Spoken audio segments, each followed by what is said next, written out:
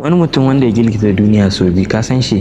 Donald Trump, tsohon shugaban Amurka na 45 kuma yanzu shine na 47. Daga manyan ginaye zuwa fadar White House. Labarin shi na bada sha'awa sosai. An haife shi a New York a shekara ta 1946. Ya fara aiki a fagen kasuwanci da gina manyan otalluka da manyan hasumiya masu suna Trump Tower. Kafin siyasa ya shahara da talabijin in shi shine The Apprentice. A shekara ta 2016 ya rushe dukkan tunanin manyan masu siyasa domin ya lashe shugabancin Amurka.